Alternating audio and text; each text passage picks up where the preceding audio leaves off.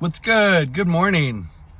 I am very tired, but I'm kind of on vacation in that I'm not doing any manual labor for a week. I'm going to be dog sitting starting on Monday for a week. So I'm just going to be dog sitting, doing deliveries, trying to pay down some bills.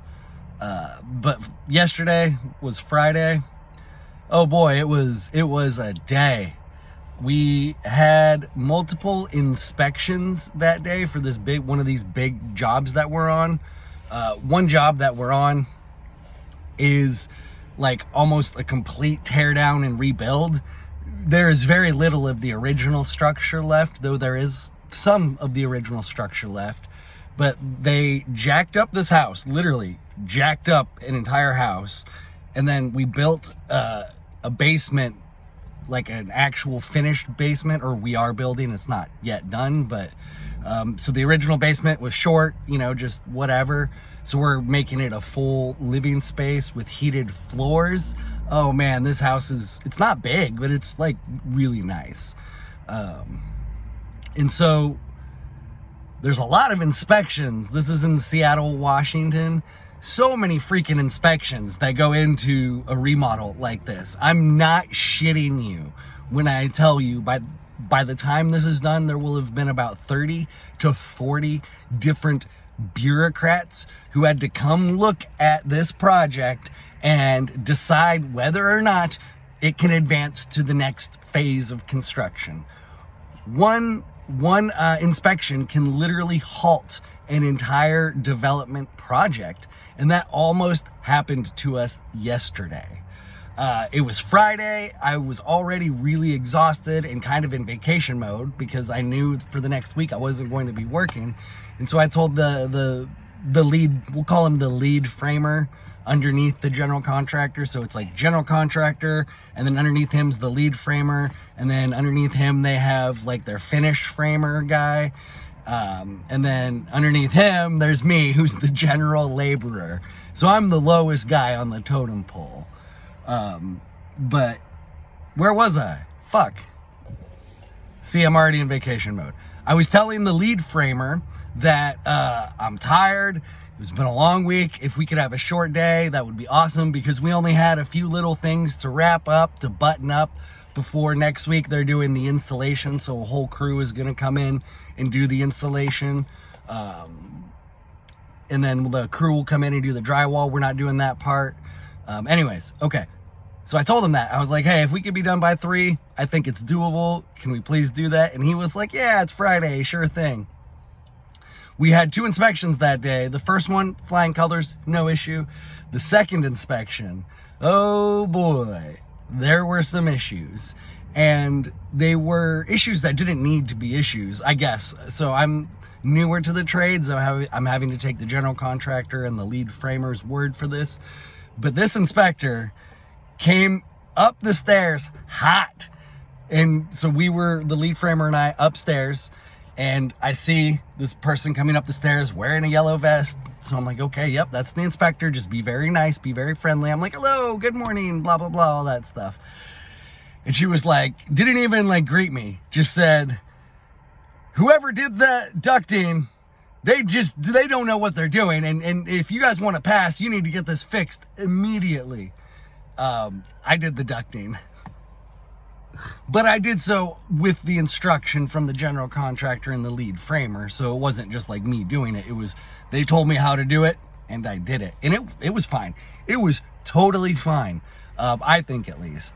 But anyways, and so I was like, whoa, okay, I'm going to let you talk to him. And I pointed to the lead framer because he's like the boss in training. The big boss is 61 and he's trying to transition to more of just the working 20 to 30 hours a week and chilling sort of vibe. And he wants to have his lead framer do more of the boss duties and more customer interfacing. And it's really cool to see this in real time, this passing of the torch in a sense. And this general contractor has a great reputation in the area, and his lead framer is essentially inheriting a phenomenal business. his lead framer's awesome. You know, all that stuff. He deserves it, and he's going to do great. And me, I'm like, shit.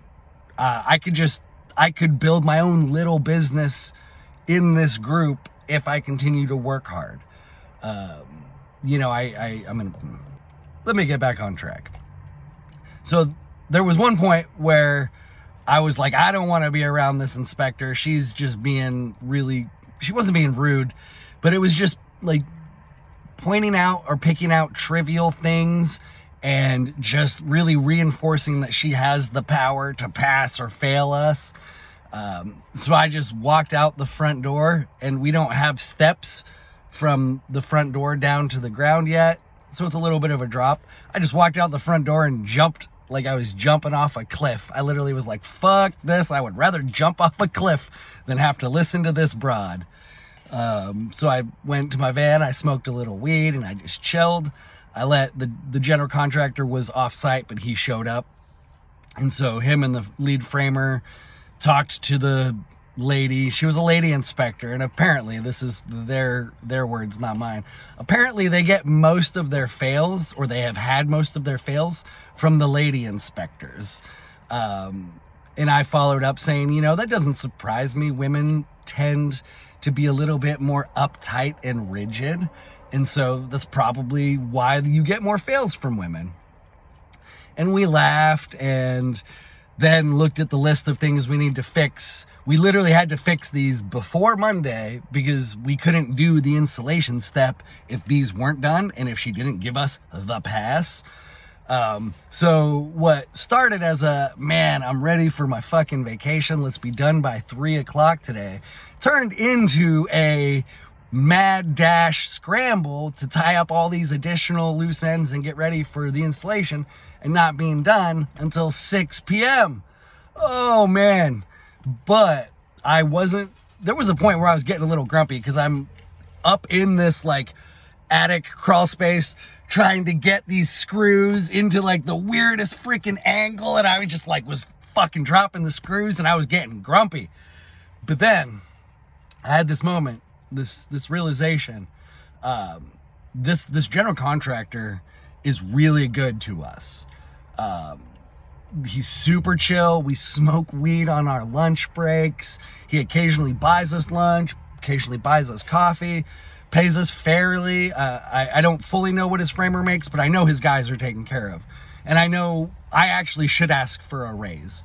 I'm doing okay, but I'm starting, like, I have bringing my own tools now, and I've learned a lot. And he actually commended me during a lunch we had a while back. You know, he commended me because he knows about the personal adversities that I've gone through as well. And he's a really cool guy. And so I had this mindset shift where I said, this guy takes care of us.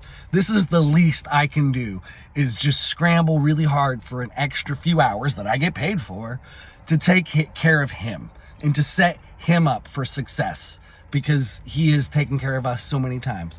There was a point where I needed $2,000 for something, and I asked him, I was like, hey, could you like front me $2,000, which is a huge ask. And he did. And then I worked it off over the next month or two, you know, just, and even during that time, he was like, you know, I don't want you to not get any money for the next 2 months. So like, he'd still give me a few $100 here and there. I love this man. It's actually been a theme of mine lately, something that I'm getting emotional thinking about it. You know, just because he's a good man. I'll end the video here. When I have a bit of like some OCD, and I'm a bit aspy, and so sometimes I see things that might not be a big deal, but whatever, I'll point them out and he'll like let me address them.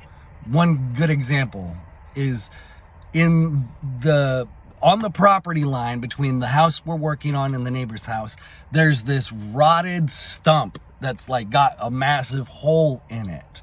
And it's kind of hard to tell whose property it's on. It's kind of on both of the neighbor's property and the homeowner's property that we're working for. And the neighbors have a young daughter, like it's 2, maybe 3-year-old kid. And I saw her playing kind of in that area one day, and I was like, there's a big hole there. I don't like that. So I pointed it out to my boss, and I said, hey, can I spend 30 minutes filling this in? Just because I don't want the kid to fall. And he was like, yeah, sure, fine. And he did. He just was like, whatever. He just let me kind of deal with my own neuroses and care. And he paid me. I got paid for 30 minutes of just moving dirt to fill a hole to keep a child safe. He's a cool man, and I am blessed to get to work with him. I'll end the video here. Thank you very much for watching. If you did, like, comment, share, subscribe. Building the new earth. We are quite literally going to build it together. Much love.